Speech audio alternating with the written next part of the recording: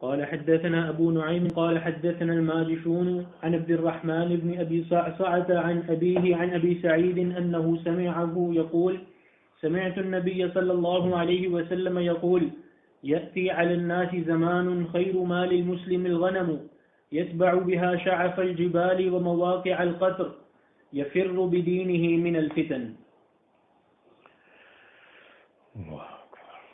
یہ حدیث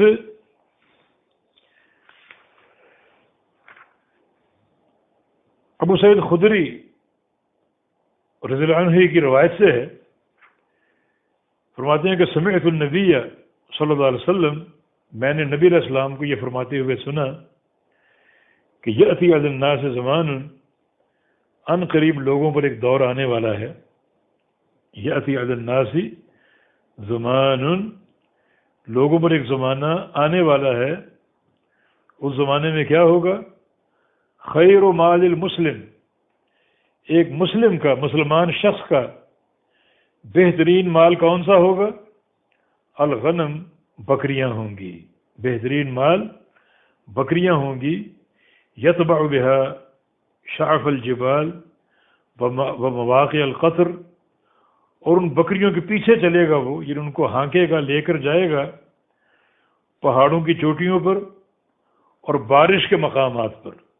ومواقع القطر، بارش کے مقامات پر.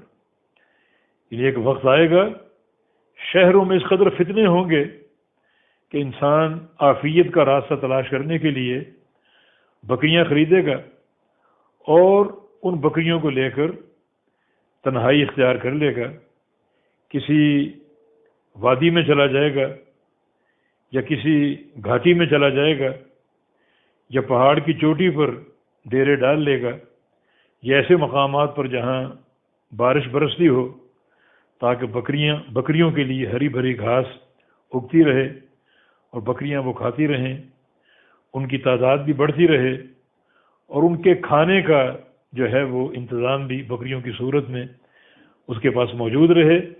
تو اس طرح اس کو شہروں کے فتنوں سے تحفظ مل جائے گا، عافیت مل جائے گی. یہ سارا کچھ کیوں کرے گا وہ؟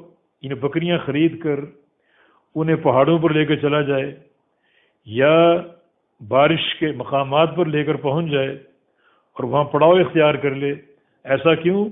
یفر بدینہ من الفتن، اپنے دین کو بچانے کے لیے فتنوں سے، کہ شہروں سے بھاگ جائے تاکہ اس کا دین محفوظ رہے اور اس کا دین صحیح سلامت رہے. تو اپنے دینی عافیت کے لیے، دین کے بچاؤ کے لیے وہ اپنی بکریاں لے کر باہر نکل جائے اور بارش کے مقام پر پہنچ جائے تاکہ بارش بھی برستی رہے، ہری بھری گھاس بھی اگتی رہے اور بکریوں کا ایک کھانے پینے کا سامان بھی موجود رہے اور اس کے پاس بکریوں کی صورت میں خوراک کا انتظام بھی موجود رہے اور وہ اپنے دین کو بچاتے ہوئے پوری عافیت کے ساتھ وہاں ڈیرے ڈال دے. ظاہر ہے کہ نبی علیہ السلام کی حدیث میں فتنے کا ذکر ہے کہ فتنوں سے بچاؤ کی خاطر وہ یہ انتظام کرے تاکہ فتنوں سے محفوظ رہے، اس کا دین بچا رہے، اس کے ایمان کی سلامتی رہے، اور جو شہر میں اختلاط کی صورت میں حوادث اور فتن موجود ہیں ان سے اس کو بچاؤ حاصل رہے. تو یقیناً یہ دور جو ہے وہ جب بھی ہوگا تو ایک انسان کی عافیت اور فضیلت کے لیے اس کا باہر نکل جانا بہتر ہوگا. آج کے دور میں اس قسم کی تنہائی بعض کا نقصان دے سکتی ہے. جگہ جگہ لٹیرے ہیں، چور ہیں، ڈاکو ہیں، اس قسم کے لوگوں کو وہ ڈھونڈ کر لوٹ سکتے ہیں. تو کوئی محفوظ مقامات نہیں ہیں. تو ہم یہ عرض کر رہے ہیں کہ جب بستیوں اور شہروں میں اللہ تعالیٰ کی عبادت کے مواقع ہوں، جمعہ اور جماعتیں قائم ہوں، امر بالمعروف اور نہی عن المنکر کے مواقع موجود ہوں، تو وہاں رہنا اور وہاں کی تکلیفوں پر صبر کرنا اور عافیت کے مواقع تلاش کرنا یقیناً ایک انسان کی ضرورت ہے.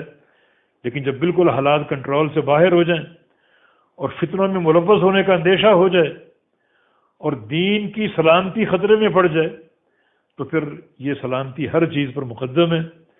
پھر چاہے وہ کسی ڈاکو کا شکار ہو جائے، اس نے اپنے دین کو بچا لیا، اپنے ایمان کو بچا لیا، اور یہی وہ اثاثہ ہے جس کی حفاظت کرنا یقیناً ایک انسان کے لیے بہترین ہے اور قابل قدر ہے۔ اس پر اگر کوئی الغار کرتا ہے، کوئی لوٹتا ہے، کوئی ڈاکہ ڈالتا ہے، اور وہ اپنا دفاع کرتا ہے اپنی عزت کا، اپنے مال کا، اپنے گھر کا، تو اس دفاع میں اگر وہ مارا بھی جاتا ہے تو اس کو شہادت کی موت کا شرف حاصل ہوتا ہے۔ نبی علیہ السلام کی حدیث ہے، من قتل دون مالی فہو شہید، من قتل دون عرضی فہو شہید، کہ جو بندہ اپنے مال کے دفاع میں مارا جائے یا اپنی عزت اور گھر کے دفاع میں مارا جائے وہ شہید ہے، تو اس کو شرف پر شرف حاصل ہو سکتا ہے۔ تو بندہ ہر دور کو دیکھے، باریک نگاہوں سے مشاہدہ کرے، اور اس دور کے تقاضوں کے مطابق جو بھی اس کا عمل ہے اس کو اختیار کرے۔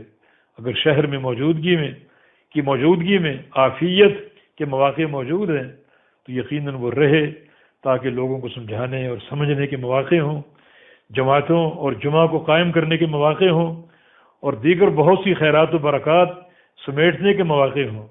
اور اگر کیفیت یہ ہو کہ اس کا ایمان خطرے میں پڑ جائے اور اس کا دین غیر محفوظ ہو، اور اس کو یہ ڈر ہو کہ وہ ان جہالتوں اور عصبیتوں میں داخل نہ ہو جائے، تو پھر وہ شہروں اور بستیوں کو چھوڑ کر تنہائی اور عزلت میں چلا جائے، تاکہ عافیت میں رہ سکے اور پرسکون ہو کر اللہ کی عبادت کر سکے، اور جو اختلاط کے فتنے ہیں ان سے اپنے آپ کو بچا سکے۔